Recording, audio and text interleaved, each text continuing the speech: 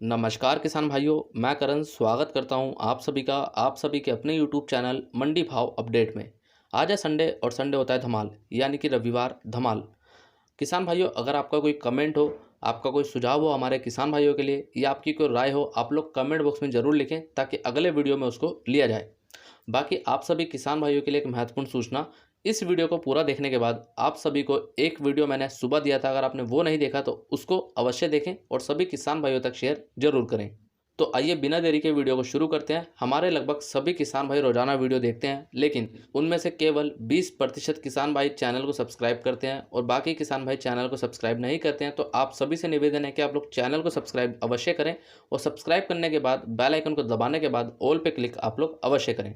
लेते हैं पहला कमेंट बीएस पनवार जी का। दिमाग खराब है भाई प्याज के भाव को लेकर। मैंने सुना है श्रीलंका में प्याज निर्यात होगा तो कितना फ़र्क पड़ेगा भाव पर।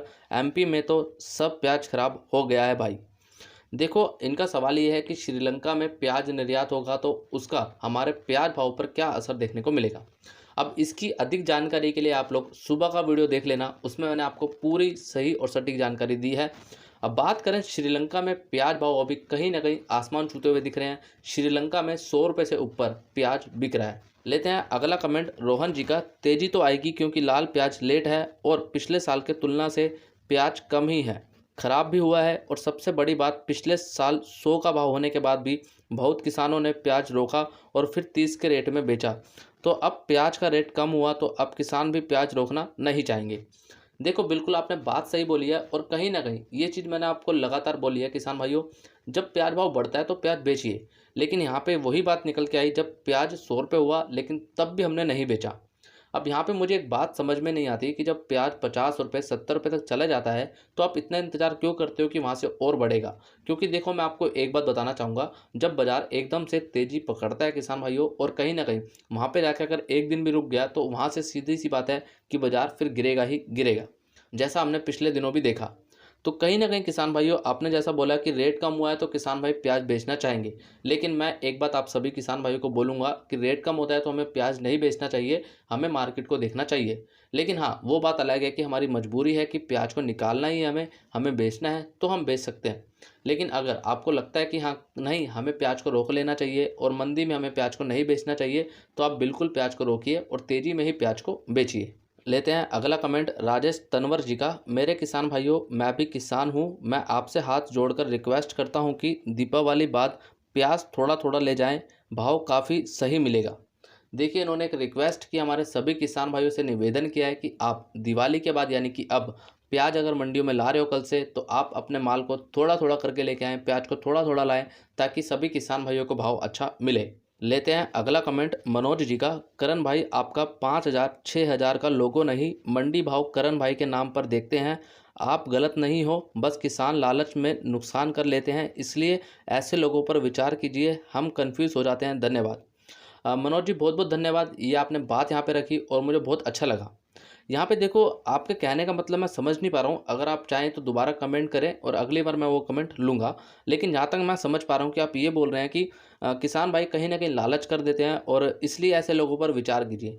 देखो, इन पर विचार करने से मुझे लगता है कोई फ़ायदा नहीं है, क्योंकि जिसको लगता है ना कि हाँ लाभ लेना है तो वो लाभ लेके चले जाएंगे, और जिनको लगता है कि बाज़ार में हम बैठे रहेंगे और यहाँ से और बाज़ार ऊपर जाएगा और ऊपर जाएगा और ऊपर जाएगा, तो वो कहीं ना कहीं किसान भाइयों लालच में फंसते हैं और जिसके कारण से उनको नुकसान होता है।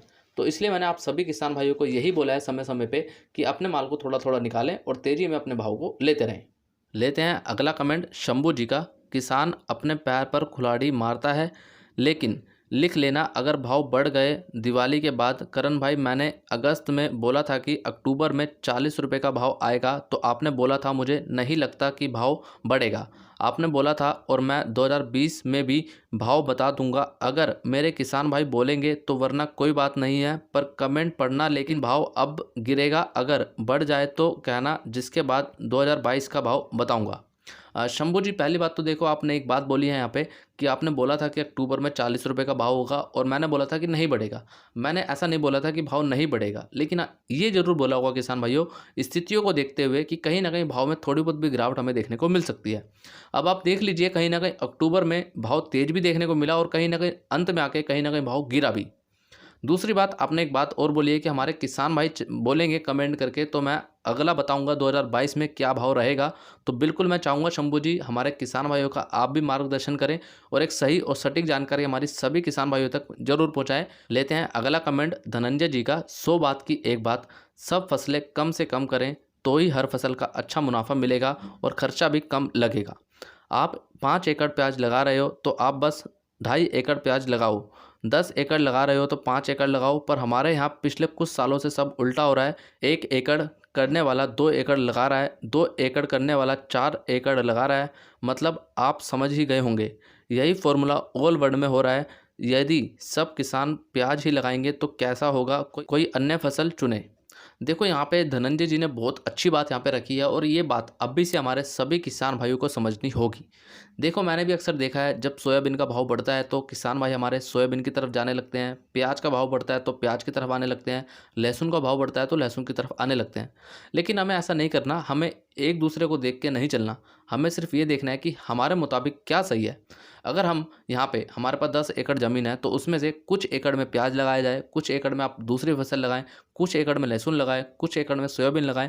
अपने हिसाब से थोड़ी थोड़ी फसलें वहाँ पे लगाएं ताकि किसान भाइयों कल को अगर हमें किसी भी कारण से, प्राकृतिक आपदा या फिर अन्य कारण से फसल को नुकसान होता है तो एक फसल को नुकसान होगा तो दूसरी फसल जो है उसमें कहीं ना कहीं उसको हम रिकवर कर लेंगे। तो ये फॉर्मूला सभी किसान भाइयों को अभी से अपनाना चाहिए। और यहाँ पे मैं ये नहीं बोलता हूँ कि हमारे किसान भाई ये फॉर्मूला नहीं अपनाते हैं, लेकिन बहुत कम किसान भाई ऐसे हैं हमारे जो इस फॉर्मूले को अपनाते हैं और सभी फसलों को लगाते हैं। लेकिन जो किसान भाई सिर्फ एक ही फसल पर निर्भर है पूरी तरह से, मैं उन किसान भाइयों को बोलना चाहूँगा कि आप अन्य फसलों पे भी ध्यान दें ताकि आपका अगर एक तरफ से नुकसान होता है तो दूसरी तरफ से आपको फ़ायदा मिले। लेते हैं अगला कमेंट सोम पाटीदार जी का। तेजी मंदी बताओ, इनके सवाल के जवाब देने से क्या होता है? दूसरे भी सब यूट्यूब वाले तेजी मंदी बताते हैं और तुम सवाल के जवाब क्या होगा आगे बताओ। सोम पाटीदार जी ने एक बात यहाँ पे बोली है कि हम जो यहाँ पे संडे धमाल करते हैं, आप सभी के मैं सवाल लेता हूँ, आपको वहाँ उसका जवाब देता हूँ, या आप सभी किसान भाइयों की राय लेते हैं, सुझाव लेते हैं। तो ये बोलते हैं कि सोम पाटीदार जी इससे क्या होगा, आप तेजी मंदी बताइए। मैं आप सभी किसान भाइयों से पूछना चाहूँगा, आपको क्या संडे धमाल से फ़ायदा मिलता है या नहीं, जानकारी मिलती है या नहीं? क्योंकि देखो मेरा मानना ये है किसान भाइयों, तेजी मंदी तो मैं आप सभी को समय समय पे बताता ही हूँ, जानकारी आप सभी को मैं देता हूँ और रोज़ाना हर वीडियो में मिलती है। लेकिन यहाँ पे किसान भाइयों संडे धमाल में ये होता है कि हमारे किसान भाइयों के अनुभव है वो यहाँ पे काम आते हैं। हमारे सभी किसान भाइयों को यहाँ से जानकारियाँ मिलती हैं तो अच्छा लगता है मुझे कि हाँ, उनकी जानकारी यहाँ से बढ़ रही है। अब यहाँ पे आपने बोला कि और यूट्यूब वाले तेजी मंदी बताते हैं और तुम सवाल जवाब लेते हो। देखो भाई, दूसरे क्या करते हैं, अगर हम उनके हिसाब से ही चलेंगे तो अब मुझे बताइए आप उनमें और मुझ में क्या फ़र्क रह जाएगा? यही बात है किसान भाइयों छोटी सी कि जो आपका प्यार और विश्वास यहाँ तक लेके आया आज, और बस इसको हम आगे तक और बढ़ाएंगे। बस आप लोगों का प्यार सपोर्ट ऐसे ही बना रहे। और हाँ किसान भाइयों, जैसा आप सभी बोलेंगे वैसे ही आगे भी चलता रहेगा। आप मुझे कमेंट करके बता दीजिएगा किसान भाइयों, ये रविवार धमाल जो आपको मिलता है इससे आपको यहाँ से जानकारियाँ मिलती हैं या नहीं। लेते हैं अगला कमेंट सौरभ कुमार जी का। नमस्कार करण भाई, मैं बिहार से हूँ। भाई आपका थोड़ा थोड़ा सब रेट पे प्याज बेचने वाला आइडिया अच्छा है। सौरभ कुमार जी, चलो बहुत अच्छी बात है कि बिहार में भी, यानी कि बिहार राज्य में भी ये चीज़ हमें देखने को मिल रही है और हमारे सभी किसान भाई थोड़ा थोड़ा करके वाला जो फॉर्मूला है वो आजमा रहे हैं और उनको यहाँ से फ़ायदा मिल रहा है। तो अभी तक ये चीज़ें मैंने मध्य प्रदेश के किसान भाइयों से सुनी थी और कहीं ना कहीं ये चीज़ें और ज़्यादा आगे बढ़ रही हैं। तो मैं चाहूँगा कि आप सभी किसान भाई इनको और आगे तक बढ़ाओ। हमारे राजस्थान, महाराष्ट्र, गुजरात सभी राज्यों में सभी किसान भाइयों तक ये फॉर्मूला होना चाहिए कि हम थोड़ा थोड़ा करके माल को निकालते रहें। लेते हैं अगला कमेंट संदीप पाटीदार जी का। नमस्कार करण भाई, आपके द्वारा मैं मोदी जी को बात पहुंचाना चाहता हूं। जिस तरह आपके मेक इन इंडिया का संदेश दिया था, देश में चीज़ें देश में ही बेचें और बाहर भी निर्यात करें। हम दूसरे देश पर निर्भर नहीं रह सकते, तो फिर आप किसान की फसलें भी निर्यात करें और पूरे विश्व में आप प्रचार प्रसार करें, तब जाकर हमारे भारतीय किसानों की फसलों का सही दाम मिलेगा। जय जवान, जय किसान, जय सरदार। बिल्कुल, आपने बहुत अच्छी बात यहाँ पे रखी है मोदी जी के लिए।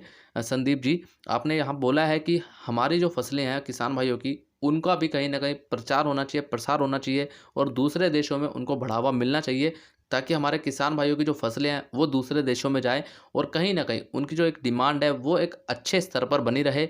तो बिल्कुल मैं भी चाहूँगा कहीं ना कहीं ये बात हमारे माननीय प्रधानमंत्री जी श्री नरेंद्र मोदी जी तक पहुँचे और वो इस बात पर गौर करें और इस बात को और आगे तक बढ़ाएं। लेते हैं अगला कमेंट राम बाबू जी का। करण भाई वीडियो तो अच्छा लगा और जानकारी भी अच्छी लगी, परंतु प्याज की रेट गिर गए जिससे किसानों को भारी नुकसान हो रहा है। यदि कुछ उम्मीद हो तो दूसरा वीडियो बनाकर डालो। राम बाबू जी, आपकी जानकारी के लिए बताना चाहूँगा कि प्याज भाव एक अच्छी तेज़ी के साथ देखने को मिला था हमें, लेकिन जिन किसान भाइयों ने उसमें तेज़ी में लाभ ले लिया वो आज यहाँ पे खुश हैं, और जिन किसान भाइयों ने उस तेज़ी में अपना प्याज नहीं बेचा वो अभी भी किसान भाई सोच रहे हैं कि हम प्याज कब बेचें, और उन किसान भाइयों के पास एक बार फिर से मौका यहाँ पे बन रहा है तो अपने प्याज को थोड़ा थोड़ा निकालें। अब यहाँ पे आपने एक बात और बोली है कि किसान भाइयों को नुकसान भी हो रहा है, तो देखो ये नुकसान कई तरह का हो सकता है, या उनकी फसलों को नुकसान हुआ है, या फिर भाव नहीं मिला फसल का उसके कारण नुकसान हो सकता है, कुछ और भी कारण भी हो सकता है, ठीक है। और आपने एक बात और बोली है यहाँ पे कि उम्मीद हो तो दूसरा वीडियो बनाकर डालें। अब दूसरा वीडियो मैं आज सुबह ही आप सभी को दे चुका हूँ, उसमें मैंने आपको एकदम साफ साफ बताया किसान भाइयों कि प्याज भाव बढ़ेगा तो कितना बढ़ेगा, कहाँ तक जा सकता है, वो सारी चीज़ें मैंने आपको उस वीडियो में बताई हैं। तो आप जाके एक बार इस वीडियो को देखने के बाद उस वीडियो को अवश्य देखें। लेते हैं अगला कमेंट हर्ष शर्मा जी का। 20 तारीख बाद भाव बढ़ने की उम्मीद लग रहा है करण भाई, क्योंकि अलवर की प्याज पूरी तरह कम पैदावार हो रही है और जो भी होगा 20 तारीख बाद होगा।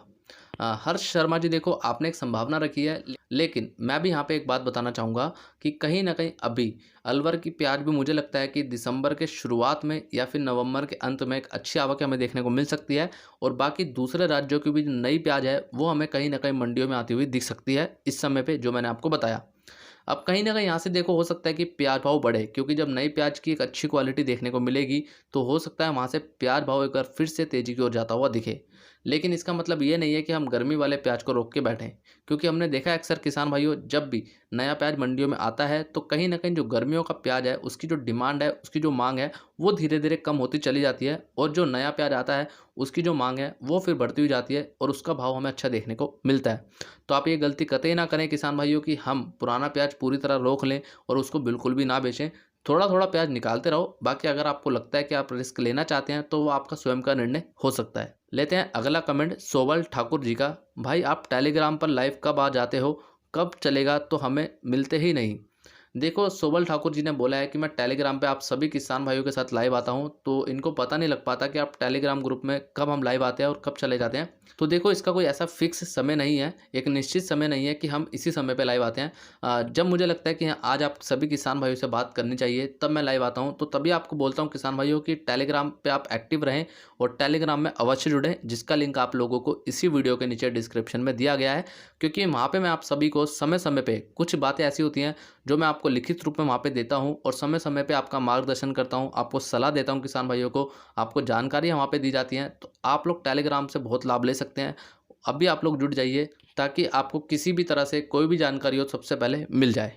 लेते हैं अगला कमेंट विक्की अंजाना जी का। नाफेड का प्याज कब तक ख़त्म हो जाएगा। देखिए किसान भाइयों, नाफेड का प्याज अब लगभग समाप्ति की ओर आ चुका है, और यूं कहीं समाप्त हो चुका है। अब कहीं किसान भाई बोलेंगे करण भाई अभी भी नाफेड का प्याज आ रहा है। देखो थोड़ा बहुत प्याज तो आता ही रहेगा, लेकिन उसकी हमें टेंशन नहीं लेनी है, उसकी चिंता नहीं करनी है, क्योंकि अधिकतर जो प्याज है नाफेड का वो निकल चुका है। अब इसकी अधिक जानकारी अगर आपको लेनी है तो आज का सुबह वाला वीडियो देखना, उसमें मैंने आपको कंप्लीट सारी जानकारी दी है। बाकी किसान भाइयों, आपको ये वीडियो कैसा लगा आप लोग कमेंट करके अवश्य बताएं। सभी किसान भाइयों तक इस वीडियो को भी शेयर करें ज़्यादा से ज़्यादा, ताकि हमारे सभी किसान भाइयों तक जानकारी पहुंचे। वीडियो अच्छा लगा तो लाइक करें, और हाँ किसान भाइयों, जो सुबह वीडियो दिया है उसको देखना ना भूलें। बाकी किसान भाइयों, रोजाना ऐसी महत्वपूर्ण जानकारी लेने के लिए और अधिक से अधिक लाभ लेने के लिए चैनल को आज ही सब्सक्राइब करें। सब्सक्राइब करने के बाद बेल आइकन को दबाने के बाद ऑल पे क्लिक आप लोग अवश्य करें। मिलते हैं किसान भाइयों आप लोगों से एक अगली और नई वीडियो में। जय जवान जय किसान।